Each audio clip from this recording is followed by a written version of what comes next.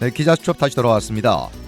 우크라이나 전쟁과 국제 공급망 마비로 인해 인플레이션 압력이 지속되고 있습니다. 전국의 소비자 물가 상승률이 2달 연속 8%대의 고물가를 기록하면서 주민들의 부담이 가중되고 있고, 임금이 물가를 따라가지 못하면서 주민들이 지갑을 굳게 닫기 시작하고 있습니다.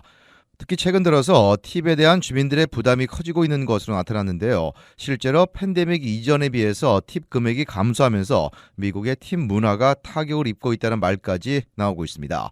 김신우 기자와 함께 이야기 나눠보겠습니다.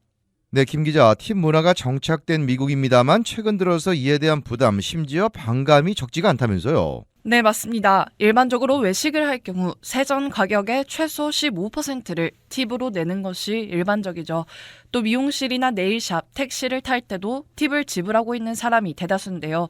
자발적으로 주는 팁이지만 미국 사회에서는 팁이 기본 예의이고 아무 이유 없이 팁을 내지 않으면 직원의 따가운 눈총을 피할 수가 없는데요. 팁을 주지 않는다는 건 그 식당과 서비스에 대한 불만을 나타낼 수 있는 수단인 만큼 사실 웬만하면 우리 모두 팁을 남겨두는 게 상식이라고 생각하잖아요. 네, 맞습니다. 사실 서비스가 다소 마음에 들지 않는다고 하더라도 일반적으로 15%는 기본적으로 팁을 주는 분위기 아니었습니까? 네, 실제로 미국인들 중 85%는 서비스 품질에 관계없이 단지 사회적 규범을 따르고 팁을 지급하고 있다고 했습니다. 미국인 60%는 눈치가 보여서 죄책감을 피하기 위해서 팁을 준다고 답했습니다. 서비스 품질이 어떻든 사회적 분위기가 이렇다 보니 내지 않을 수 없다는 것이죠. 코로나19 팬데믹이 한창이던 때에는 종업원들의 노고를 높이 사고 사람들이 팁을 좀 후하게 주는 분위기가 잠시 있었는데 그런데 최근 물가가 급격하게 올라가 주민들이 지갑을 여는 것을 부담스러워하기 시작하면서 팁에 대한 반감이 커지고 있습니다. 인플레이션에 대한 부담감으로 소비자들이 식당이나 서비스업 등에서 지불하는 팁 금액을 줄이고 있는 추세입니다. 네, 특히 젊은 층 사이에서 팁 문화에 대한 거부감이 강한 것으로 나타났죠. 네, 맞습니다. 20, 30대 밀리니얼 젊은 층들 사이에서 왜 팁을 굳이 내야 하느냐는 강한 거부감이 자리하고 있는 것으로 나타났습니다. 반감을 넘어서 실제로 팁 지불을 거부하는 사람들도 늘어나고 있는 추세인데요. 우버나 리프트 기사에게 팁을 지불하지 않는 젊은 층이 많아졌다고 합니다. 또 코로나 이후에 투고 많이들 하시잖아요. 기존에는 음식 포장으로 매장을 이용하지 않을 때에도 소액의 팁을 남기곤 했던 분위기가 좀 바뀌어서 이제는 노팁을 선호하는 주민들도 많아졌다고 합니다. 한인타운 음식점들에서도 이런 분위기가 일고 있는 것으로 나타났는데 어느 한인식당 서버들에 따르면 최근 자신이 받는 팁의 액수가 올해 초보다 무려 40%가량 줄었다고 합니다.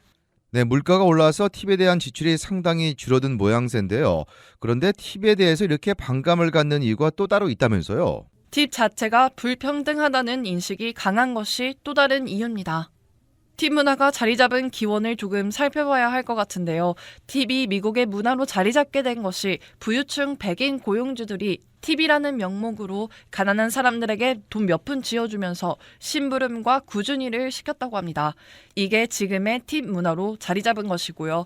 밀리니얼 세대들이 팁 문화가 19세기 백인 고용주가 노동자들에게 임금을 주지 않기 위해 시작됐다는 점에 주목하면서 인종차별, 성차별, 만연한 임금 절도를 조장하는 팁 제도를 문제 삼았고 노예제도의 산물이나 다름없는 팁 문화를 없애야 한다고 지적하고 있습니다. 네, 임금을 주지 않기 위해서 팁을 주기 시작했다는 점에서 불평등이 발생한다고 보는 거군요.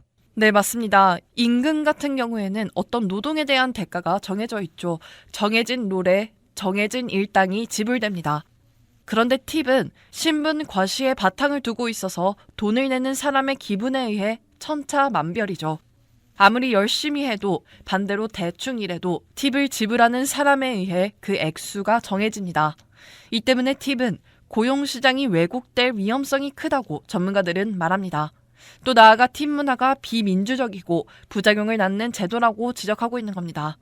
네, 팁이 불평등한 제도인 것은 요즘에도 마찬가지죠. 사실 레스토랑에서 함께 일하면서 생기는 임금 격차가 문제가 되기도 하죠. 네, 팁을 반대하는 사람들은 프론트 오브 하우스 직원, 그러니까 손님들에게 직접 서비스를 제공하는 메인 서버와 백 오브 하우스 직원, 메인 서버 뒤에서 보조하는 직원과 조리원 등의 소득 격차가 크다는 점도 지적했습니다. 미국의 레스토랑을 가면 흔히 내가 앉은 테이블을 담당하는 서버들이 있죠. 주문을 받고 식사 중간중간 찾아와서 뭐 더 필요한 게 없는지, 음료가 부족하진 않는지 체크하는 사람이 메인 서버입니다. 이런 사람들을 프론트 오브 하우스 직원이라고 합니다. 반면 백 오브 하우스 직원들은 주로 주방에서 일을 하는 근로자들을 칭하는데요. 메인 서버를 도우면서 음식을 나르는, 주방에서 주방 업무를 보는 사람들입니다. 한인타운 많은 식당들은 팁을 다 모아서 모든 직원들과 n분의 1 하는 경우가 많다고 하는데요.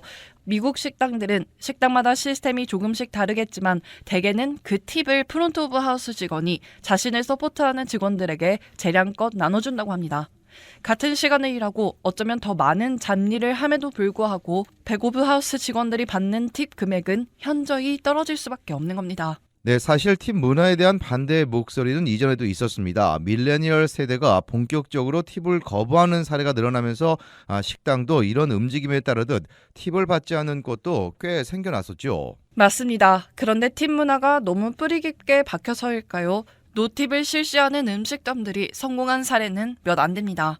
팁을 없애는 대신 메뉴 가격을 20%가량 올렸기 때문입니다. 친구나 가족들과 음식점을 가면 메뉴를 하나만 시키지 않고 여러 개 시키기 마련인데 접시당 20%씩 가격을 더 내니까 팁을 내는 것보다 지출이 심한 것이죠. 사람들은 팁값이 없어졌다는 생각보다는 기존에 먹던 음식이 더 비싸졌다고 부담을 느낍니다. 그렇다 보니 손님들 발길이 끊기고 마는 사례들이 많이 있었습니다. 직원들의 불만도 컸습니다. 추가적으로 얻는 수익이 없어졌고 균등하게 배분받는 돈이 팁을 받을 때보다 오히려 더 적은 걸 느끼게 된 것이죠. 손님을 응대하는 직원들이 노동에 대한 보상을 제대로 받지 못하고 있다고 생각하면서 자연스럽게 서비스 질도 낮아지고 거기에 대한 손님의 불만도 높아지고 악순환을 겪은 겁니다.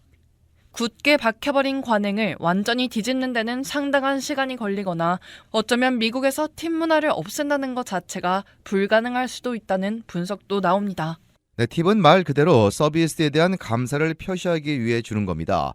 심지어 자신을 서빙해준 종업원에게 수천 달러, 수만 달러를 줬다는 뉴스가 화제가 된 적이 있었는데요. 그런데 이제는 서비스에 대한 만족이나 불만족을 떠나 팁을 주는 것이 금전적으로 부담으로 느껴질 정도로 인플레이션 등에 따른 경제적인 여건이 녹록지 않은 상황입니다. 네, 김신우 기자 수고했습니다.